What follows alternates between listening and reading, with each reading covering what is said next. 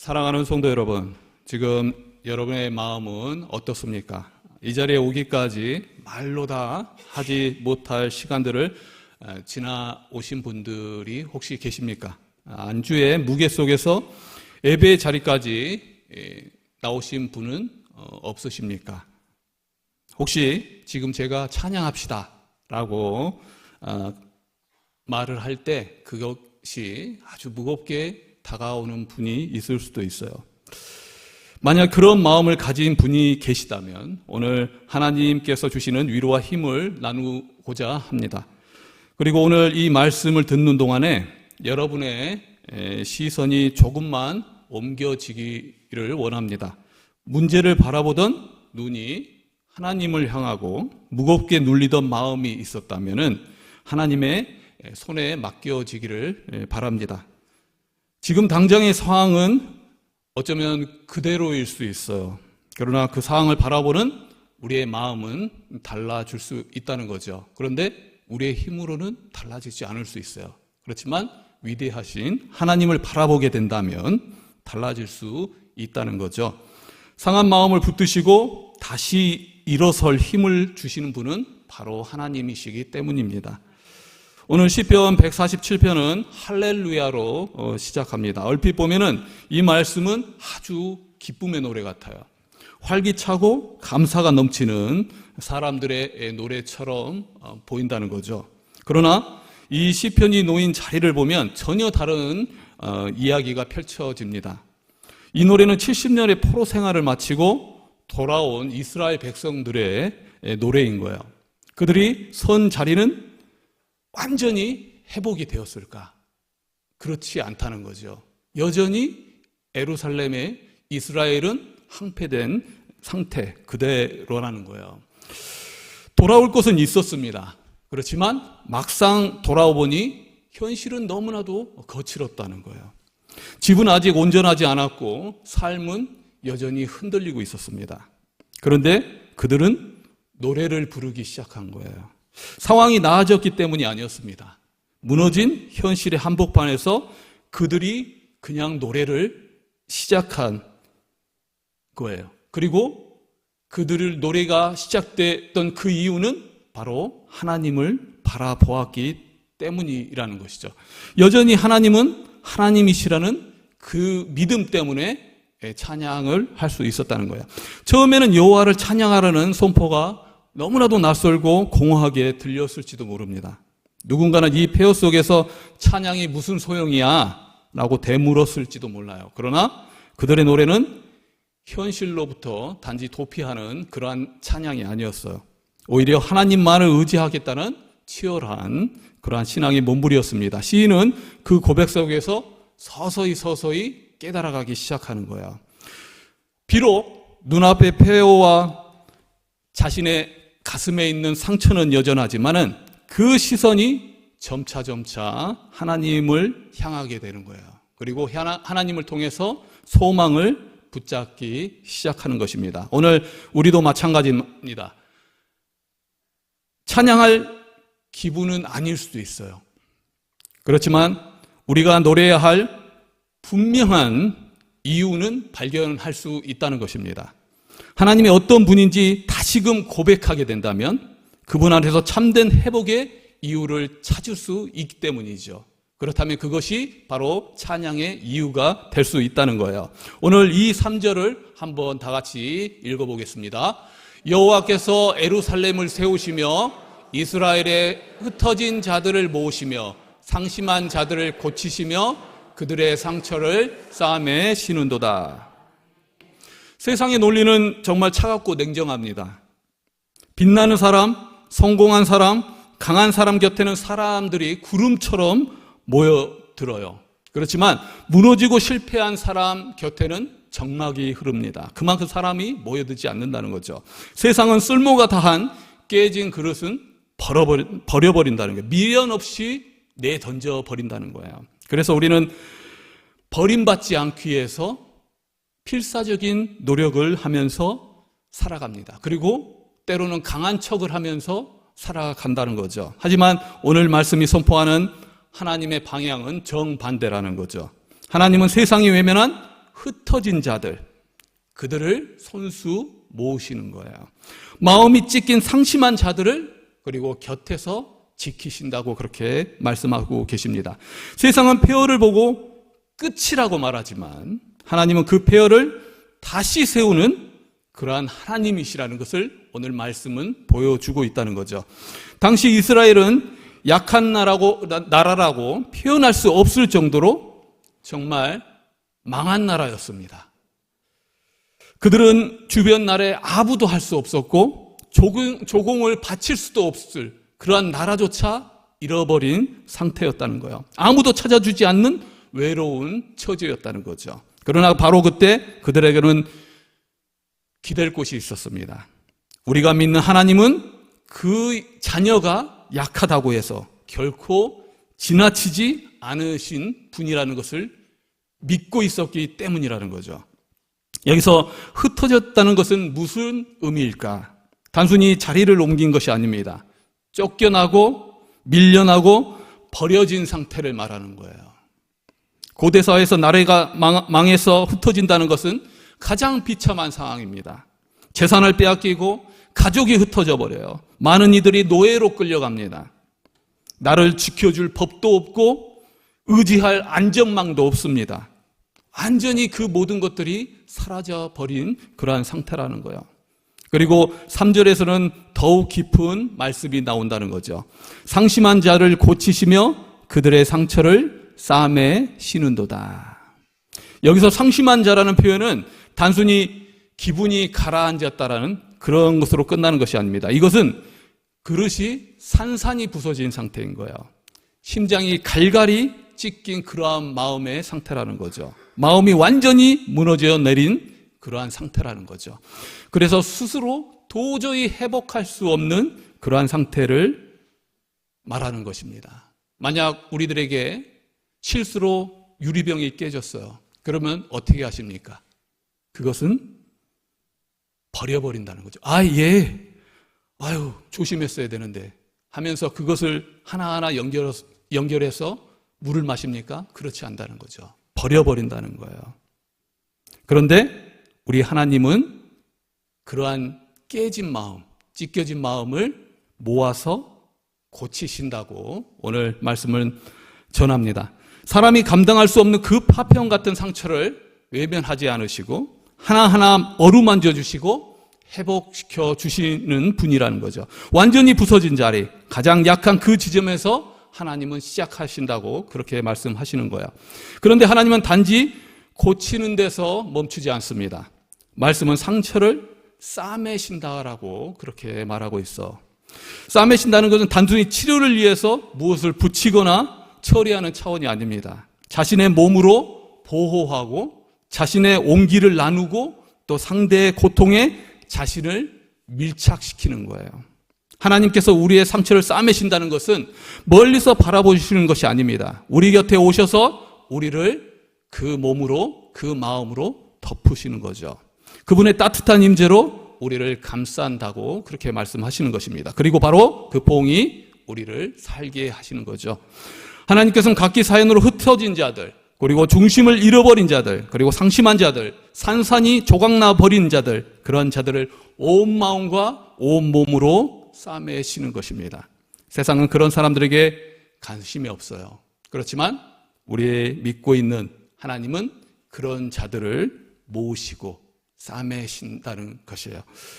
지금 여러분의 삶에 무너진 것이 있습니까? 찢긴 관계가 있습니까? 회복할 수 없을 것 같은 상처가 있습니까? 그것이 바로 하나님께서 일하시기 가장 좋아하는 지점이라는 것입니다. 가장 어둡고 가장 부서진 그 자리에서 하나님의 손길이 가장 먼저 와 닿을 것을 믿습니다. 오늘 4, 5절을 다 같이 한번 읽겠습니다. 4, 5절 읽겠습니다. 그가 별들의 수요를 세시고 그것들을 다 이름대로 부르시는도다. 우리 주는 위대하시며 능력이 많으시며 그의 지혜가 무궁하시도다. 아멘. 방금 전까지 시인은 상심한 자의 마음을 바라보았습니다. 산산이 부서진 심령, 무너진 인생의 자리를 깊이 응시하고 있었어요. 그런데 갑자기 시선이 엄청 큰 스케일로 바뀌기 시작해요. 우주를 바라보기 시작합니다. 이제는 밤하늘을 올려다 보고 있는 거예요. 하나님의 인격을 묵상하던 그 시선이 하나님의 능력을 향해서 확장되기 시작하는 거예요. 시인은 하나님께서 반드시 회복하실 것이라는 믿음을 품고 노래하면서 우주를 바라봅니다. 우주를 바라본다는 것은 무엇을 바라본다는 것일까요? 하나님의 그 전능하심, 하나님의 크심, 하나님의 능력을 바라본다는 거죠. 그래서 그의 눈은 더 이상 땅에, 단지 이 땅에 있는 폐허에 머물지 않는다는 거예요. 하늘을 바라보면서 무너진 현실을 딛고 별이 가득한 하늘을 바라보면서 그 크신 하나님을 자신의 마음속에 품기 시작한다는 거예요. 그렇게 셀 수 없이 많은 별들을 하나님은 하나하나 또한 세신다고 오늘 말씀은 전하고 있습니다. 그리고 이름까지 부르신다라고 그렇게 전하고 있어요. 그런데 좀 이상합니다. 얼핏 보면은 3절과 4절 사이에는 엄청난 간격이 있는 것 같아요. 아까는 상처를 싸매시는 그런 손이라고 말했었어요. 그 손은 너무나도 작고 따뜻해 보입니다. 그런데 별을 세는 손, 엄청난 우주를 주관하시는 하나님의 모습, 너무나 크고 압도적으로 느껴진다는 거죠. 그러나 성경은 분명히 말하고 있습니다. 그 두 손은 같은 손이라고 말하고 있어요. 상처를 싸매신다는 그 손이 별을 세시는 바로 그 손이라는 거죠. 이것이 왜 중요할까요? 하나님은 엄청나게 크신 분이시고 우주를 주관하시는 분이시지만 바로 여러분에게 관심이 있다는 거예요. 사랑만 있고 능력이 없으면 우리를 지켜내실 수 없습니다. 능력만 있고 사랑이 없으면 우리를 가까이 할 수 없어요. 그러나 하나님은 다르십니다. 우리를 향한 깊은 사랑이 있으시고 우주를 주관하시는 커다란 전능하신 능력까지도 가지고 있으신 분이라는 거예요. 그 사랑을 끝까지 이루실 능력 또한 가지고 계시는 분이시라는 거예요. 그 한 사람, 그 하나님께서 또한 우리 한 사람 한 사람을 보고 계시고 지켜주시고 인도하여 주시고 있다는 사실이에요. 그 한 사람이 세상이 말하는 영웅일까요? 그렇지 않습니다. 우리들은 극히 연약하고 나약한 존재들이에요.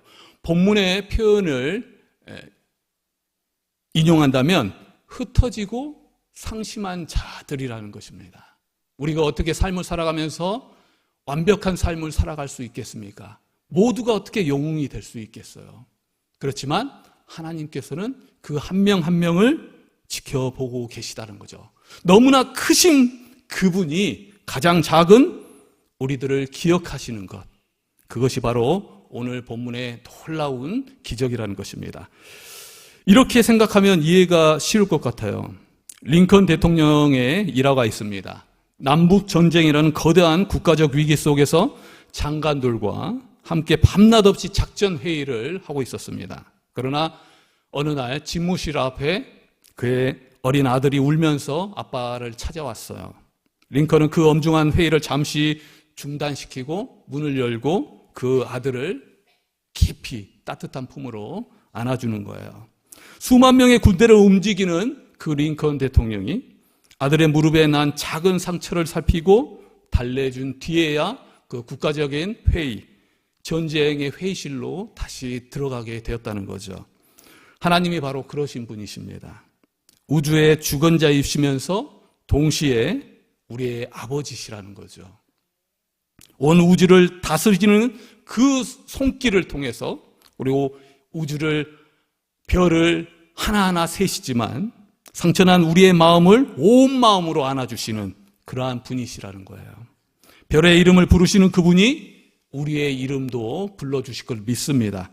우리는 때로 이런 생각을 합니다. 하나님이 정말 나 같은 사람까지 신경 쓰실까? 나처럼 연약한 사람, 날마다 넘어지는 사람, 세상에 상처받은 사람까지 생각하실까? 그런데 5절은 우리에게 이렇게 알려줍니다. 우리 주는 위대하시고 능력이 많으시며 그의 명철이 무궁하시도다. 하나님의 능력은 무한하시다. 무한한 능력은 그러나 나뉘어지지 않아요. 온 우주를 다스리시는 그분께서 동시에 여러분 한 사람의 상처를 싸매시는데 전혀 부족함이 없으시다는 거예요.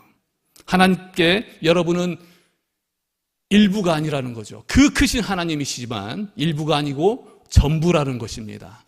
그리고 그 한 명 한 명을 위해서 아들을 보내주셨고 그 전부를 죽음으로 내모셨다는 거예요.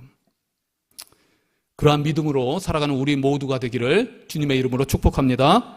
7, 8절을 다 같이 한번 읽겠습니다. 감사함으로 여호와께 노래하며 수금으로 하나님께 찬양할지어다. 그가 구름으로 하늘을 덮으시며 땅을 위하여 비를 준비하시며 산에 풀이 자라게 하시며. 앞에서 우리는 하나님의 어떤 분이신지를 보았습니다. 상심한 자를 고치시고 별 하나하나의 이름을 부르시는 분, 광대하시며 또한 동시에 섬사하신 분이라는 것을 우리가 알게 되었어요. 이제 시편 147편 7절부터는 또 다른 장면이 펼쳐지기 시작합니다. 시선이 하늘에서 땅으로 내려오기 시작하는 거야.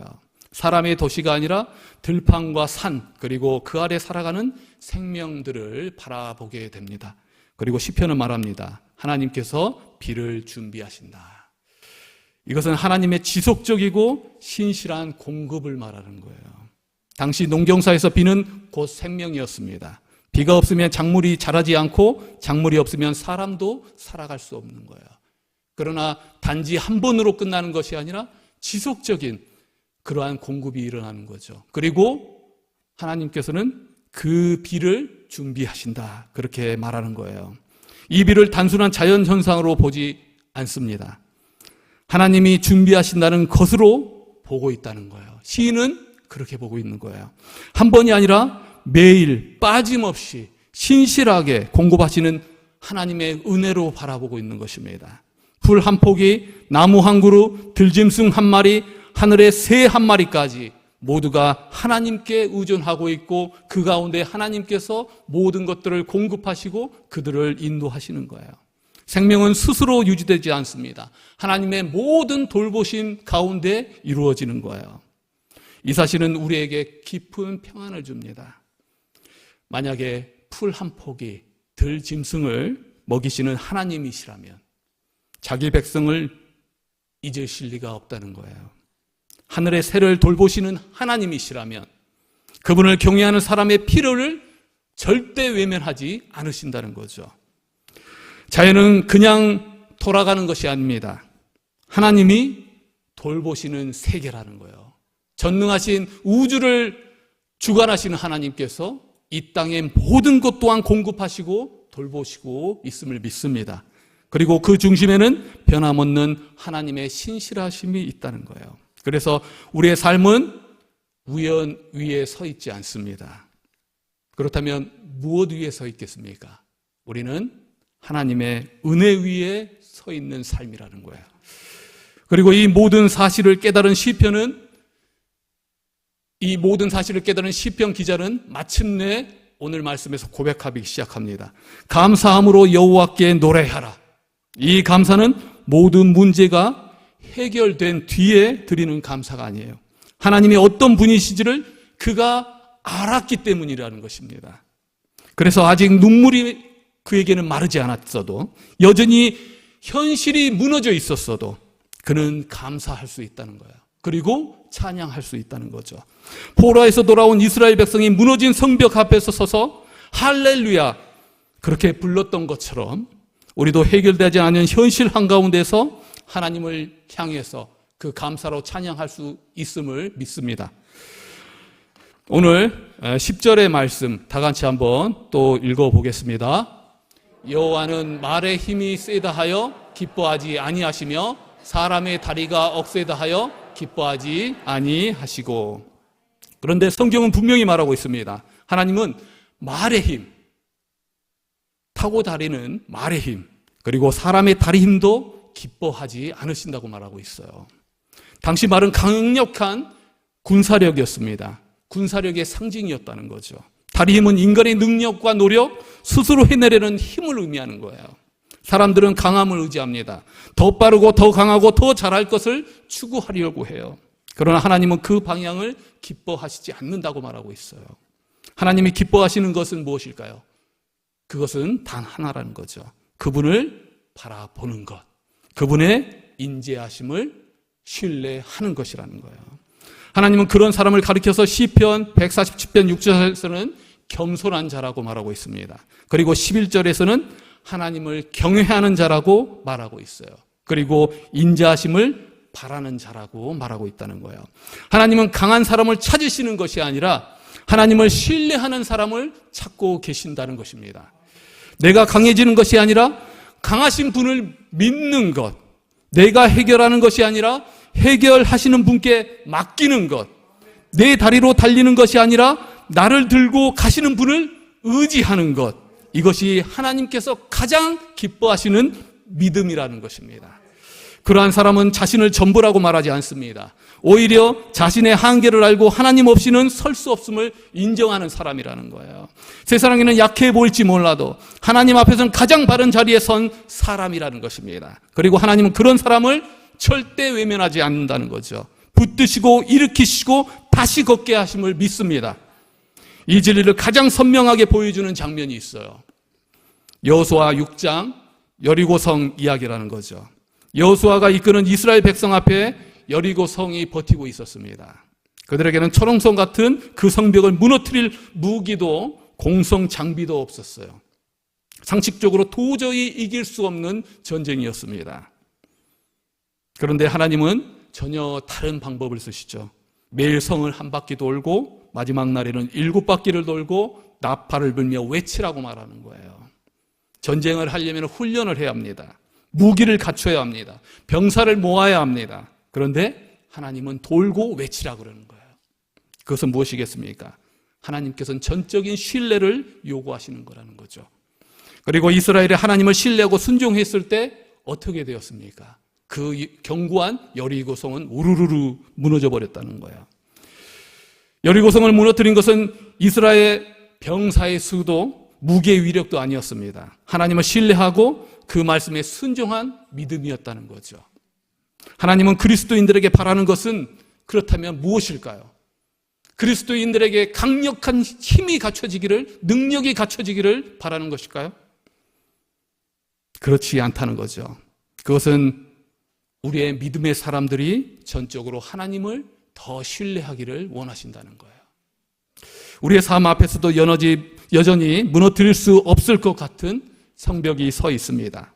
문제와 한계, 두려움과 현실의 벽이 가로막힐 때가 있다는 것입니다. 그러나 우리는 기억해야 합니다. 그 벽은 우리의 힘으로 무너지는 것이 아닙니다. 신뢰와 순종 앞에서 하나님께서 무너뜨리는 것이라는 것입니다. 내 힘을 내려놓고 하나님의 말씀을 붙들고 한 걸음씩 순종할 때 하나님께서 일하신다는 거죠. 그리고 마침내 우리가 넘을 수 없던 그 견고한 벽을 하나님께서는 무너뜨려 주실 것을 믿습니다. 이 지점에서 시인은 점차 깨닫기 시작합니다. 하나님이 어떤 분이신지를 깊이 깨달은 순간에 마음에서 그는 감격이 넘쳐나기 시작해요. 아, 맞다! 하나님은 이런 분이셨어. 우주를 주관하시고 그 우주를 주관하시는 분이 우리의 상처를 싸매시는 분이시야. 우리를 사랑하시는 분이시지. 그리고 능력이 위대하신 분이셔. 그리고 우리가 하나님을 신뢰하게 되었을 때 우리 앞에 있는 모든 문제를 무너뜨릴 수 있는 그러한 분이셔. 그래서 그 감격을 더 이상 마음에 담아둘 수 없게 됩니다. 그리고 그의 입술에서는 찬양이 터져 나오기 시작하는 거예요. 시편 147편 12절의 말씀을 다 같이 한번 읽겠습니다. 에루살렘아 여호와를 찬송할지어다. 시온아 네 하나님을 찬양할지어다. 아멘. 이게 얼마나 감동을 주는지 아십니까? 이것은 이스라엘의 슬픔을 이해하는 사람만이 느낄 수 있는 것이라는 거예요. 여러분, 시편 137편을 떠올려 봤으면 좋겠습니다. 포로로 끌려간 백성들이 강가에 앉아서 울고 있는 장면이 바로 137편이라는 거죠. 고향을 잃고 성전을 잃고 모든 것이 무너진 자리입니다. 그때 이방인들이 조롱하며 요구하는 거예요. 너희 노래나 한번 불러봐라. 그때 그들은 시편 137편 4절에서 이렇게 고백합니다. 한번 읽겠습니다. 우리가 이방 땅에서 어찌 여호와의 노래를 부를까? 어찌 여호와의 노래를 부를까? 노래를 부를 수 없다는 거예요. 그런 심정이 아니라는 거죠. 그들의 찬양은 멈춰버렸습니다. 슬픔이 너무 커서 입이 열리지 않는다는 거예요. 어려운 상황에서 하나님을 찬양하는 것 결코 쉬운 일이 아니라는 거죠. 눈물이 앞을 가리는데 몸이 천근만근인데 내일이 보이지 않는데 어떻게 노래가 나올 수 있겠습니까? 그는 바벨론 강가에 앉아서 하나님의 성전이 있는 곳, 그러나 지금은 완전히 불타버린 예루살렘을 바라보면서 울 수밖에 없어요. 찬양이 흘러나오지 않았다는 거죠. 이를 악물고 버텼습니다. 그런다고 그들이 사랑하는 예루살렘을 잊은 것도 아닙니다. 예루살렘을 바라보면서 찬양할 수는 없지만 울면서 눈물로 견뎌야 했다는 거죠. 그런데 이제 상황이 조금 달라졌습니다. 그러나 눈앞에 있는 예루살렘은 여전히 황폐하다는 거예요. 무너진 성벽, 아직 회복되지 않은 현실, 상황은 여전히 어렵습니다. 그럼에도 불구하고 그들은 자신을 바라보는 것이 아니라 황폐된 예루살렘을 바라본 것이 아니라 하나님을 바라봤다는 거예요. 그분은 우주의 별을 하나하나 세시는 분이십니다. 그러나 동시에 흩어진 자를 모으시고 상심한 자를 결코 잊으시는 분이 아니시라는 거예요. 그런 하나님을 바라볼 때 그들은 다시 예루살렘을 볼 수 있게 되었다는 거예요. 무너진 성이 아니라 회복하실 하나님의 도시를 바라보게 되었다는 거예요. 사라질 영광이 아니라 다시 임하실 하나님의 영광을 바라보게 되었다는 거죠. 여러분에게 정말 하나님을 이렇게 바라볼 때에 그런 비전을 넘고 찬양할 수 있는 믿음이 생기기를 주님의 이름으로 축복합니다. 그리고 마침내 시편 147편에서 그는 감동 가운데 찬양이 터져나왔다는 거예요. 예루살렘아 여호와를 찬송할지어다. 사랑하는 예루살렘아 이제는 찬양하라. 한때는 찬양할 수 없던 그 자리에서 다시 찬양이 시작되기 시작한다는 거예요. 그리고 바로 그 찬양 속에서 하나님이 일하시는 것을 보게 됩니다. 그런데 여러분, 그렇다고 해서 찬양은 단순한 감정의 표현이라고 생각하면 안 돼요. 찬양은 하나님을 향한 신뢰의 고백입니다. 그리고 그 신뢰의 고백 속에서 하나님의 능력이 분명히 역사함을 믿습니다. 그래서 찬양은 곧 능력이 된다는 거예요. 누구의 능력입니까? 바로 하나님의 능력이라는 거죠. 사도행전 16장에는 바울과 실라의 얘기가 나옵니다. 그들은 억울하게 매를 맞고 빌립보 감옥에 갇혔습니다. 발은 착고에 채워졌고 빠져나올 수 없는 그러한 길은 없었습니다. 누가 보아도 끝난 것 같은 상황이었다는 거죠. 그런데 그 한밤중에 바울과 실라는 하나님께 기도했어요. 그리고 무엇을 했습니까? 찬송을 불렀습니다. 도저히 찬양할 수 없는 그 자리에서 그들은 하나님을 신뢰하고 그리고 그 신뢰 가운데 찬양을 했던 거예요. 상황은 여전히 감옥이었지만 환경은 전혀 바뀌지 않았지만 그러나 그들의 중심에는 하나님이 고정되어 있었습니다. 그래서 그들은 이렇게 고백한 거예요. 지금도 하나님은 하나님이십니다. 그때 어떻게 되었습니까? 갑자기 큰 지진이 일어났어요. 감옥의 기초가 흔들리고 문이 열렸습니다. 모든 사람의 결박이 풀렸던 거예요. 그리고 그날 밤 간수와 그의 온 가족마저도 복음을 듣고 세례를 받았다는 거예요. 이것이 바로 찬양의 능력이라는 거죠. 그들은 상황이 좋아져서 찬양했던 것이 아닙니다. 상황과 상관없이 하나님을 신뢰하며 찬양했다는 거예요. 그 가운데 기적이 일어난 것입니다. 그리고 그 신뢰 찬양 속에서 하나님께서 친히 일하셨던 거예요. 여러분, 지금 여러분의 삶에 감옥 같은 상황들이 있습니까? 그리고 여리고성 같은 문제가 떡하니 버티고 있습니까? 찬양이 나오지 않을 것 같은 자리에 앉아 계십니까? 그러나 하나님을 신뢰한다면 그 자리에서 찬양할 수 있음을 믿습니다. 그리고 찬양 속에서 하나님은 반드시 역사하실 것을 믿습니다. 여러분의 삶 가운데 정말 성벽을 무너뜨리고 감옥의 문을 여시고 눈물을 노래로 바꾸실 것을 믿습니다. 사랑하는 성도 여러분, 이제 말씀을 맺고자 합니다. 오늘 우리가 만난 시편 147편의 하나님은 참으로 경이로운 분이세요. 그분은 광활한 우주의 수많은 별들을 흩뿌리시고 그 이름을 하나하나 부르시는 분이십니다. 그러한 거대한 통치자이시지만 동시에 오늘 이곳에서 소리 없이 눈물 흘리는 또 여러분의 그 작은 신음소리에 귀를 기울이시는 섬세한 분이심을 믿습니다. 하나님은 우리가 가진 말의 힘이나 다리의 힘을 보지 않으세요. 세상은 강함을 숭상하지만 우리 아버지는 그저 그분을 바라보는 여러분의 떨리는 믿음을 보시고 참 귀하다 말씀하시는 거예요. 오늘 이 시간 우리 함께 마음을 다해서 고백해 보기를 원합니다. 삶의 무게가 우리를 짓누르고 도저히 일어설 힘조차 없을 때일수록 우리는 더 크게 선포하고 찬양했으면 좋겠어요. 하나님, 나는 연약합니다. 그러나 나의 하나님은 위대하십니다. 나는 앞길을 알 수 없으나 나를 이끄시는 주님을 신뢰합니다. 그래서 나는 오늘도 눈물을 닦고 주를 찬양합니다. 이 고백이 터져 나올 때 하늘의 문이 열릴 것을 믿습니다. 별들의 이름을 부르시는 그 전능하신 손길이 여러분의 앞을 가로막는 견고한 여리고성을 무너뜨릴 것을 믿습니다. 여러분의 영혼을 옥죄던 감옥의 문을 박살낼 것을 믿습니다. 성도 여러분, 잊지 않았으면 좋겠어요. 하나님은 지금 여러분의 상처난 마음을 온몸으로 안아 싸매시는 분이시라는 거예요. 무너진 자를 다시 세우시고 흩어진 마음을 한데 모으시며 상심한 자를 고치시는 그 위대하고도 따뜻하신 하나님과 함께 나아가는 이번 한 주간 되기를 소망합니다. 불안 대신에 기대를, 정말 절망 대신에 소망을, 그리고 하나님을 통해서 우리의 마음속에 있는 탄식 대신에 감사를 선택하며 또 여러분의 삶에 하나님의 놀라운 은혜가 가득하시기를 주님의 이름으로 간절히 축원합니다.